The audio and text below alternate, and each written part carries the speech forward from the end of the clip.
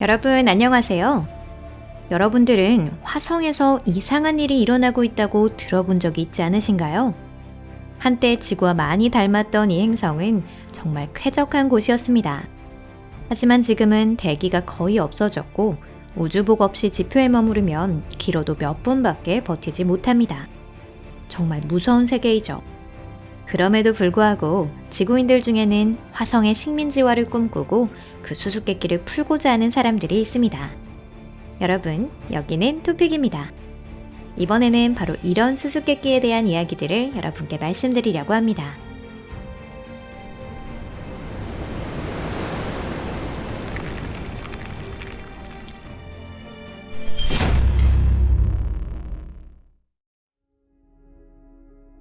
화성의 곰 수수께끼. 화제거리를 좋아하는 분들은 화성을 찍은 사진을 보고 신비로운 외계인과 뱀, 거미 등 그곳에 있을 수 없는 생물이 있다는 것을 발견하고 있습니다. 참고로 이 채널에는 세상을 놀라게 할 만한 화성에서의 발견에 대해 폭로하는 영상도 업로드해 놓았으니 아직 보지 못하신 분들은 꼭 시청해 주시길 바라요. 하지만 오늘은 충격적인 주제를 쫓아가는 것은 하지 않겠습니다. 바로 여러분께 소개해 드릴 것은 곰이에요. 물론 진짜 곰은 아니고요. 이는 나사의 화성 정찰 위성에 의해 촬영된 화성 표면의 지형입니다. 애리조나 대학의 연구원들에 의하면 이 모양이 나타난 곳은 화성의 먼지와 지층에 파묻힌 오래된 충돌 크레이터가 있던 장소로 추측되고 있는데요. 곰의 머리가 둥근 모양을 하고 있는 것은 그 이유 때문입니다. 눈 부분도 약간 작기는 하지만 크레이터이고 코는 무너진 언덕으로 만들어져 있다고 해요. 뭔가 논리적인 해석 같긴 해도 이미지는 어떠한 수수께끼 같은 느낌이 드는데요. 역시나 이건 화성 지질학 분야에서도 논의되고 있는 문제랍니다. 과학자들은 이 수수께끼를 해명하기 위해 힘쓰고 있다고 하네요. 바다와 대륙. 화성의 세세한 부분을 보지 않고 전체적인 모습을 바라보면 화성 표면에는 밝은 부분과 어두운 부분이 있다는 것을 알 수 있습니다. 과학자들은 지금까지의 관례로 밝은 영역을 대륙, 어두운 영역을 바다라 불러왔는데요. 그렇긴 하지만 현재 화성 표면에 액체 상태의 물은 존재하지 않습니다. 밝은 대륙 부분은 산화철이 많이 포함된 모래와 먼지로 뒤덮여 있습니다. 한편 과학자들을 당혹스럽게 한 건 에리트레아 바다와 세이렌의 바다 같은 어두운 바다 부분입니다. 일찍이 이 영역들은 식물로 뒤덮여 있는 것으로 여겨졌는데 유감스럽게도 그렇지 못했습니다. 그건 단지 어두운 물질이에요. 혹시 어쩌면 바다의 표면에서 밝은 먼지가 바람에 쉽게 날리기 때문에 그렇게 보이는 것일지도 모르겠지만 아직 가설에 불과합니다. 가까이서 보면 이러한 바다는 크레이터나 균열을 따라가는 어두운 얼룩이 갈라져 있는 매우 기복이 심한 지형입니다. 어쩌면 낮은 반사율의 수수께끼가 이곳에 숨겨져 있는 것은 아닐까요? 화성의 양면성. 놀라운 화성 지형은 바다와 대륙 영역뿐만이 아닙니다. 과학자들은 화성의 양면성의 골머리를 앓으면서 이 현상을 해명하기 위한 힌트를 찾고 있습니다. 사실 화성의 남반구는 달의 지형과 비슷합니다. 표면에는 크레이터가 여기저기 흩어져 있고 거의 모든 바다가 남반구에 집중되어 있죠. 한편 북반구는 배우 빈 디젤의 머리처럼 매끄럽습니다. 여기에는 커다란 바다가 2개밖에 없고요. 크레이터도 있지만 비교되지 않을 정도로 적습니다. 각 반구의 지형 그 자체에는 특별히 놀랄 만한 것은 없지만 서로 비교해보면 너무나도 대조적입니다. 이런 이유로 과학자들은 정말 다양한 가설을 세우고 있어요. 그 중에는 북반구, 정확히 말하자면 그 대부분을 차지하는 보레알리스 황야가 충돌의 흔적이라는 설도 있습니다. 보레알리스 황야는 큰 질량을 가진 천체와 충돌하면서 형성된 크레이터일지도 모른다는 거죠. 만약 이것이 증명될 수 있다면 태양계 최대의 크레이터가 되겠지만 지금까지 보레알리스 황야의 수수께끼는 해명되지 않았습니다.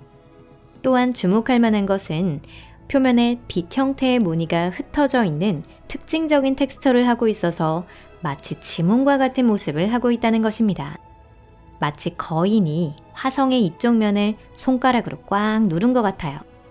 북반구가 비교적 매끄러운 건 명왕성 크기의 천체와 충돌한 것이 원인이라고 생각될지도 모르겠지만 화성의 양면성에 대한 다른 설도 있습니다.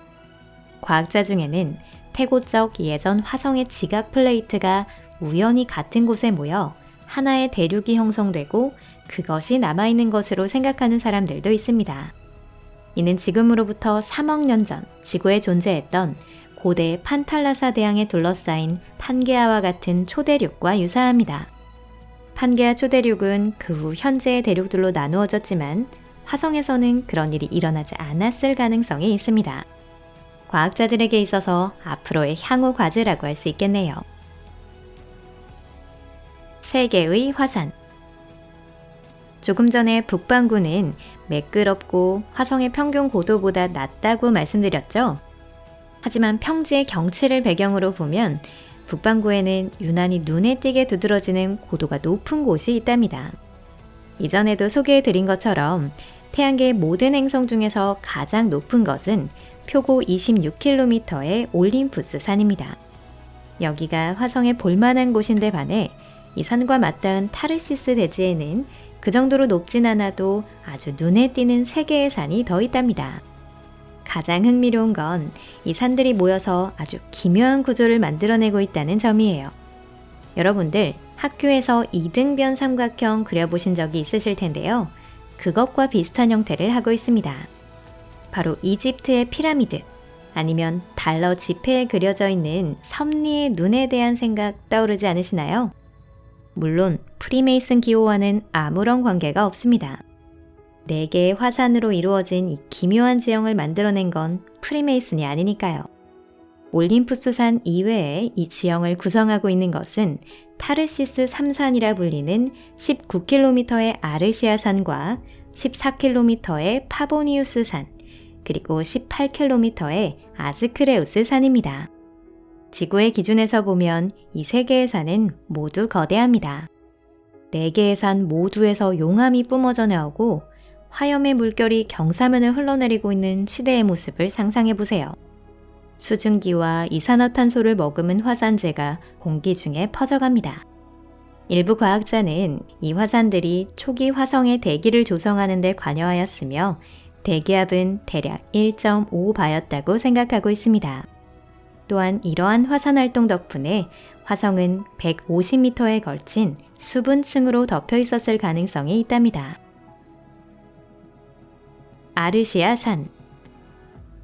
타르시스 3산 중 하나인 아르시아 산은 가장 클 뿐만 아니라 가장 특이한 화산이기도 합니다. 이 산의 크기는 화성에서 2번째로 큰데요. 외경 435km에 분화구의 직경은 110km입니다. 이 크기는 지구에서 가장 큰 마우나 로아 화산의 30배에 해당합니다. 매년 겨울이 시작되면 아르시아 산의 경사면이 따뜻해지고 기류가 위로 밀려와 정상에 도달해 분화구에 들이찹니다. 기류 아래쪽에는 거대한 구름이 형성되고 때로는 길이가 1000km에 달한답니다. 인접한 4개의 산 중에 왜 하나의 산만이 정기적으로 이런 자연현상을 일으키는 걸까요? 정말 신기하네요. 7참외. 또 하나의 수수께끼는 비교적 최근인 2007년 아르시아산 근처에서 발견되었습니다. 과학자들이 화성 탐사선 마스 오디세이에서 온 이미지를 분석했을 때 그곳에 기묘한 물체가 찍혀 있는 것을 발견했는데요. 그건 바로 아르시아산 경사면에 있는 동굴의 입구로 밝혀졌습니다. 이 입구는 비공식적으로 7자매라 불리는데 각각 데니아, 클로이, 웬디, 애니, 에비, 니키, 진이라는 이름입니다. 동굴 입구의 크기는 100m에서 252m라고 하는데요. 이 정도 규모의 크기, 상상이 되시나요?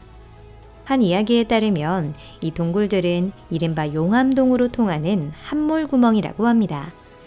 용암동은 점성이 있는 용암이 식어서 굳어지기 시작할 때 형성되는데요.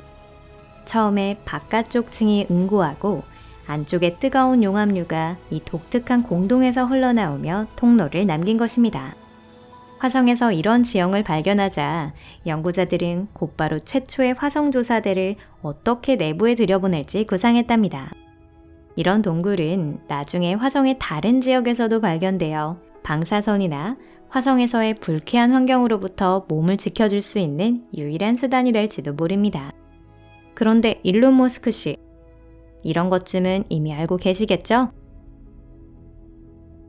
소용돌이. 화성의 북극에는 독특한 물체가 있습니다. 100만 제곱킬로미터에 달하는 거대한 얼음 소용돌이인데요. 이 수수께끼를 발견한 연구자들은 코리올리 효과가 원인일 것으로 추측했습니다. 그 내용은 이렇습니다. 매년 따뜻한 계절이 되면 극지의 빙하 덩어리가 데워지며 그것을 덮고 있던 이산화탄소의 얼음이 증발합니다. 한파가 찾아오면 이산화탄소 가스가 물의 얼음 하층에서 다시 얼어붙는데 균질하게 어는 것이 아니라 나선형으로 얼게 됩니다. 이는 극지 상공의 기류가 코리올리 효과에 의해 소용돌이를 일으키고 있기 때문인데요. 이는 지구에서 허리케인이 소용돌이를 발생시키는 것과 거의 동일합니다. 여기까지가 화성의 수수께끼들인데 이번에 모든 것을 소개해드린 건 아니에요. 이 영상이 마음에 드신 분들은 좋아요를 눌러주시고 SNS에 공유해 응원해 주시기를 부탁드립니다. 그 외에도 비슷한 영상을 보고 싶으신 분들은 코멘트란에 남겨주세요. 그럼 여러분 곧 다시 만나요. 안녕히 계세요.